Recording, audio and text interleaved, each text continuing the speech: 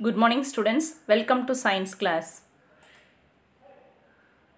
Today we are going to revise the 5th lesson, reproduction and modification in plants.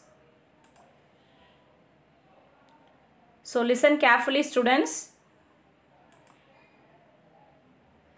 Make a note of important points. Okay, let's start the revision. Today we are going to learn about types of organs in a plant, reproduction and its types, sexual reproduction, asexual reproduction and modification of root. Now we will learn about types of organs in a plant. Like human, plants also have organs. In that, two main types of organs are vegetative and reproductive organs. Root, stem and leaves are vegetative organs. Flowers, fruits and seeds are reproductive organs. Once again I repeat, root, stem and leaves are vegetative organs. Flowers, fruits and seeds are reproductive organs. Now we are going to learn about reproduction. What is reproduction? The process by which plants and animals produce their young ones is known as reproduction. The process by which plants and animals produce their young ones is known as reproduction. There are two types of reproduction in plants. First one sexual reproduction, second one asexual reproduction. First we will see sexual reproduction. What is sexual reproduction? The seed is produced from a flower by the process of pollination and fertilization is known as sexual reproduction. After this process, seed germinates and gives rise to a new plant. Now we will study about parts of a flower. Flower is a reproductive organ of a plant. Flower is a reproductive organ of a plant. Main parts of flower are stamen, sepal, stem, ovule, ovary, pollen tube, stigma, style and petal. We'll see the parts of flower one by one. First one, androecium. What is androecium? That is male part of the flower. Androecium is a male part of the flower. Inner to the corolla, the flower has stalked structure called stamens. Inner to the corolla, the flower has stalked structure called stamens. This ring or whorl of a flower is called androecium. This ring or whorl of a flower is called androecium. Each stamens consists of two parts. First one filament, another one anther. Filament is nothing but a stalk. Anther is nothing but a lobe. A lobe has powdery substance in it called pollen grains. That is male reproductive part. A lobe has powdery substance in it called pollen grains. That is male reproductive part. So androecium is a male part of the flower. Next, gynoecium, that is female part of the flower. Gynoecium is a female part of the flower. Inner to the androecium whorl, we can find a female reproductive part of the flower called gynoecium. Seeds are produced in ovary. On top of the ovary, there is a slender tube-like structure called style. On top of the ovary, there is a slender tube-like structure, that is, see the picture, slender tube-like structure called style. The topmost sticky tip of the style is stigma. The topmost sticky tip of the style is stigma. Pollen grains are received by the stigma. Pollen grains are received by the stigma. Next, we are going to learn about types of flowers. First one, bisexual flowers. If all the four whorls, that is calyx, corolla, stamens and pistil are present, then it is called complete flowers. What are called complete flowers? If all the four whorls are present, then it is called complete flowers. What are the four whorls? Calyx, corolla, stamens and pistil. Complete flowers are bisexual flowers. Complete flowers are bisexual flowers. Example, lily, rose, sunflower, hibiscus, etc. Second one, unisexual flowers. If any of these four is missing, then it is called an incomplete flower. If any of these four is missing, then it is called an incomplete flower. Incomplete flowers are unisexual flowers. Example, papaya, watermelon, bitter gourd, pine, etc. First we will see male flowers. The one with androecium and without gynoecium is known as male flowers. Listen students. The one with androecium and without gynoecium is known as male flowers. What is female flower? The one with gynoecium and without androecium is known as female flower. The one with gynoecium and without androecium is known as female flower. Next we are going to study about pollination. The process by which the pollen grains reach stigma is called pollination. The process by which the pollen grains reach stigma is called pollination. The flower that receives pollen grains called pollinated flower, while the one that does not receive pollen grains called unpollinated flower. The flower that receives pollen grains called pollinated flower, while the one that does not receive pollen grains called unpollinated flower. Now we are going to see types of pollination. There are two types. First one artificial pollination, second one natural pollination. First we will see artificial pollination. If human being transferred the pollen grains from male flower to the female flower is known as artificial pollination. If human being transferred the pollen grains from male flower to the female flower is known as artificial pollination. Second one, natural pollination. If the pollen grains transferred from male flower to the female flower by natural is known as natural pollination. Natural may be insects, birds, wind, water or soil. So if the pollen grains transferred from male flower to the female flower by natural is known as natural pollination. Next, cross pollination. Pollen grains are transferred from the anther to the stigma of another flower of the same kind or different plant. What is cross pollination? Pollen grains are transferred from the anther to the stigma of another flower of the same kind or different plant. Next, self-pollination. Pollen grains are transferred from the anther to the stigma of same flower or to another flower of the same plant. Pollen grains are transferred from the anther to the stigma of same flower or to another flower of the same plant. So what are pollinators? The pollinators are the agents that are helped in pollination. The pollinators are the agents that are helped in pollination. Beans, tomatoes are commonly self-pollinate. Beans, tomatoes are commonly self-pollinate. Paddy is mostly self-pollinating using just gentle wind as the pollinating agent. Paddy is mostly self-pollinating using just gentle wind as the pollinating agent.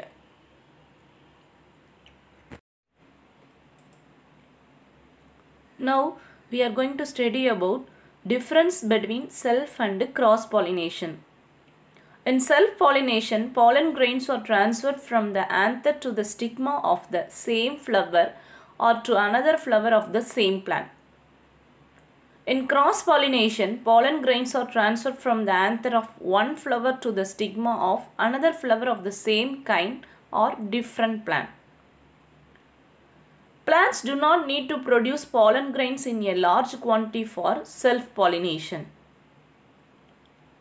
But plants need to produce pollen grains in large quantities to increase the chance of cross-pollination. It does not produce changes in the characteristics of new plants. Self-pollination does not produce changes in the characteristics of new plants. Cross-pollination does introduce variations in characteristics of new plants. Cross-pollination does introduce variations in characteristics of new plants. Now, we are going to learn about life cycle of a plant. Seed germinates to produce plant. After that, mature plant produces flowers. Through pollination, pollen grains reach stigma. Through pollination, pollen grains reach stigma. Then, substances produced on the stigma causes the pollen grain to germinate. During the germination, a tube develops from the pollen grain that carries male gametes that ultimately reaches female gamete inside the ovary through the style. During the germination, a tube develops from the pollen grain that carries male gametes that ultimately reaches female gamete inside the ovary through the style. So, male gamete fuses with the female gamete to form zygote. This process is known as fertilization. So, what is fertilization? Male gamete fuses with the female gamete to form zygote. This process is known as fertilization. Now, we are going to study about asexual reproduction. The production of new plants without the involvement of pollination and fertilization is known as asexual reproduction. Once again, I repeat, the production of new plants without the involvement of pollination and fertilization is known as asexual reproduction. There are 4 types of asexual reproduction. First one, vegetative propagation. Second one, budding. Third one, fragmentation. Fourth one, spore formation. We'll see one by one. First one, vegetative propagation. Vegetative parts of the plant such as root, stem and leaves can help to propagate the plant. Vegetative parts of the plants such as root, stem and leaves can help to propagate the plant. Example, in potato, sugarcane and yam, the shoot arises from ice. See here, the shoot arises from the ice. Second one, budding. Single yeast undergoes asymmetric division. It produces a small protuberance which gradually grows and detaches from the parent cell. This process is called budding. Once again I repeat, single yeast undergoes asymmetric division. It produces a small protuberance which gradually grows and detaches from the parent cell. This process is called budding. Third one, fragmentation. Each fragment or piece of a filament will grow into a new filament or individual. This process is known as fragmentation. Once again I repeat, each fragment or piece of a filament will grow into a new filament or individual. This process is known as fragmentation.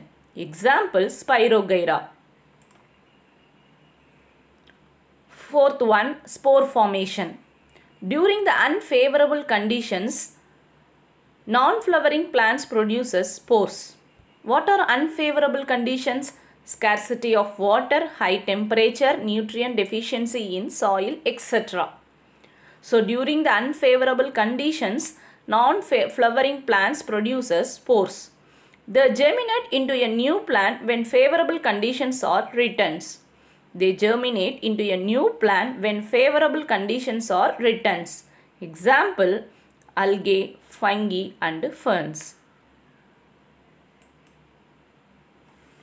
Now, we are going to study about modification. In some plants, root, stem and leaves change their shape and structure to perform special functions like storage of food, mechanical support, protection and for other vital functions. This is known as modification. What is modification? In some plants, root, stem and leaves change their shape and structure to perform special functions like storage of food, mechanical support, protection and for other vital functions. This is known as modification. In cactus, the stem appears like a leaf and the leaf appears like spine. Listen students, in cactus, the stem appears like a leaf and the leaf appears like spine. Its leaves are modified into spines, which is an adaptation to reduce transpiration. Its leaves are modified into spines, which is an adaptation to reduce transpiration. In cactus, the photosynthesis is performed by the stem. In cactus, the photosynthesis is performed by the stem. Now, shall we see modification of roots? In some plants, roots are modified for storage of food, mechanical support, gaseous exchange, other vital functions. Listen carefully students. In some plants, roots are modified for storage of food, mechanical support, gaseous exchange, other vital functions. We'll see one by one. Roots for storage. First one is roots for storage. In some plants, the roots have become a place to store the food produced by them. In some plants, the roots have become a place to store the food produced by them. The taproot of radish is the shape of spindle, swollen in the middle and tapering at both ends. Listen, the taproot of radish is the shape of spindle, swollen in the middle and tapering at both ends. Such type of modified roots are called spindle-shaped roots. What are called spindle-shaped roots? Shape of spindle, swollen in the middle and tapering at both ends. Such type of modified roots are called spindle-shaped roots.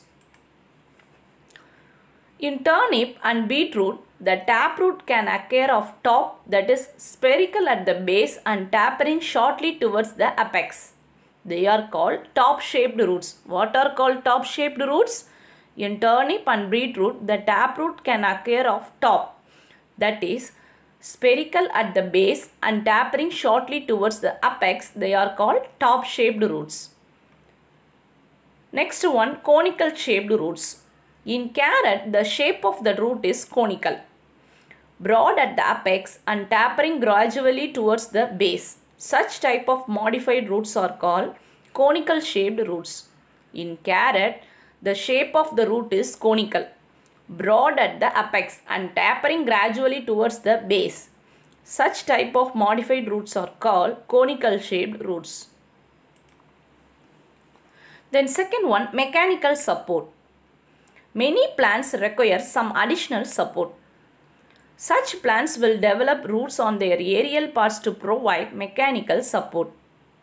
These roots grow downward and act as supportive organs.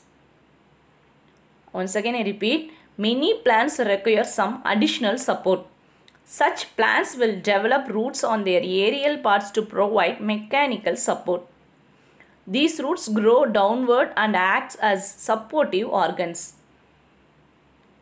They are prop roots, stilt roots and climbing roots. First one, prop roots. Roots are modified to provide mechanical support as seen in banyan tree. These roots grow vertically from horizontal branches of a tree. These roots grow vertically from horizontal branches of a tree. So what are called prop roots? Roots are modified to provide mechanical support as seen in banyan tree. These roots grow vertically from horizontal branches of a tree. Second one, stilt roots. In sugarcane and maize, adventitious roots arise from the nodes in cluster at the base of the stem. These roots are called stilt roots, which gives additional support.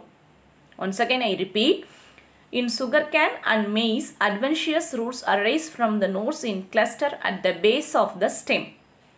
These roots are called stilt roots, which gives additional support. Third one, climbing roots.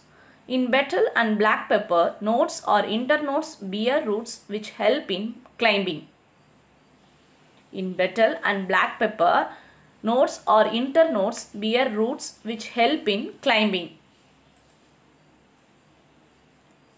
Next, we are going to learn about gaseous exchange. Some roots are grow above the ground for the purpose of gaseous exchange. These roots are called breathing roots or nematophores. Some roots are grow above the ground for the purpose of gaseous exchange. These roots are called breathing roots or nematophores. Example, Avicennia. Next, roots for other vital functions. Haustoria or sucking roots are usually found in parasitic plants that depends on the host plants for nutrients. Haustoria or sucking roots are usually found in parasitic plants that depends on the host plants for nutrients. Example, Cuscuta. Now we are going to study about modification of stems. Some plants have modified stems for storing food and vegetative propagation. Example, ginger, onion, potato, etc. Modified stem may be aerial, subaerial or underground stems. Modified stems may be aerial, subaerial or underground stems. We'll see one by one. First one, aerial modification. That is phylloclade. In a dry climate, conserving water is a challenge. Water evaporates from the surface. If the surface area is larger, evaporation would be more, whereas if it is the smallest, the evaporation will be less. If the surface area is larger, evaporation would be more, whereas if it is the smallest, the evaporation will be less. Example, cactus has a thick stem which stores most of the food production through photosynthesis, and leaves are reduced to small spines with less surface area. Cactus has a thick stem which stores most of the food production through photosynthesis, and leaves are reduced to small spines with less surface area. Second one, subaerial modifications. The subaerial roots grow horizontally on the surface of the soil for the purpose of reproduction. The subaerial roots grow horizontally on the surface of the soil for the purpose of reproduction. There are 4 types of subaerial roots. First one, runner, second one, stolon, third one, sucker, fourth one, offset. Centella, that is Vallara, is an example for runner. Wild strawberry is an example for stolon. Chrysanthemum is an example for sucker. Eichhornia is an example for offset. Third one, underground modifications. Usually stem grows above the ground, but there are some stems that grow under the ground to store food. Some stems that grow under the ground to store food. There are 4 types of underground stems. First one, rhizome, second one, corm, third one, tuber, fourth one, bulb. Rhizome is an underground thick stem with nodes and internodes. Second one, corm. This underground stem is round in shape and flat at the top and bottom. Example, colocasia. Third one, tuber. Tuber is an enlarged spherical underground stem that stores food. Example, potato. Fourth one, bulb. Bulb is a condensed stem which is disc-like and stores food in the fleshy leaves. Bulb stores food in the fleshy leaves. Example, onion. Now we are going to learn about modifications of leaf. Leaves of several plants get modified into different forms based on the purpose and environment. First one, spines. Leaves are reduced to spines and the stem is modified into green succulent part to perform photosynthesis. Example, Opuntia. Leaves are reduced to spines and the stem is modified into green succulent part to perform photosynthesis. Example, Opuntia. Second one, tendrils. The leaf is modified into elongated structure to help the plants climb effectively. The leaf is modified into elongated structure to help the plants climb effectively. Example, Pisum sativum. Third one, pilot. The petioles expand to form leaf-like structure to carry out the functions of a leaf. The petioles expand to form leaf-like structure to carry out the functions of a leaf. Example, Acacia. Fourth one, traps. Plants that grow in nitrogen deficiency places adapt themselves. Plants that grow in nitrogen deficiency places adapt themselves. In Nepenthes, the leaves are modified into a flask-like structure to insects. The inner wall of the leaf extracts the nitrogen needed for the plant. The inner wall of the leaf extracts the nitrogen needed for the plant. Okay students, I hope you are all understood the revision of 5th lesson, reproduction and modification in plants. It's time for evaluation. Be ready students. Answer the following questions. First one, write 2 types of reproduction in plants. Second one, what are the 2 important parts of a flower? Third one, define pollination. Fourth one, what are the agents of pollination? Fifth one, give example for corm and tuber. Okay students, if you are having any doubt, see the previous session of 5th lesson videos. Study well, all the best.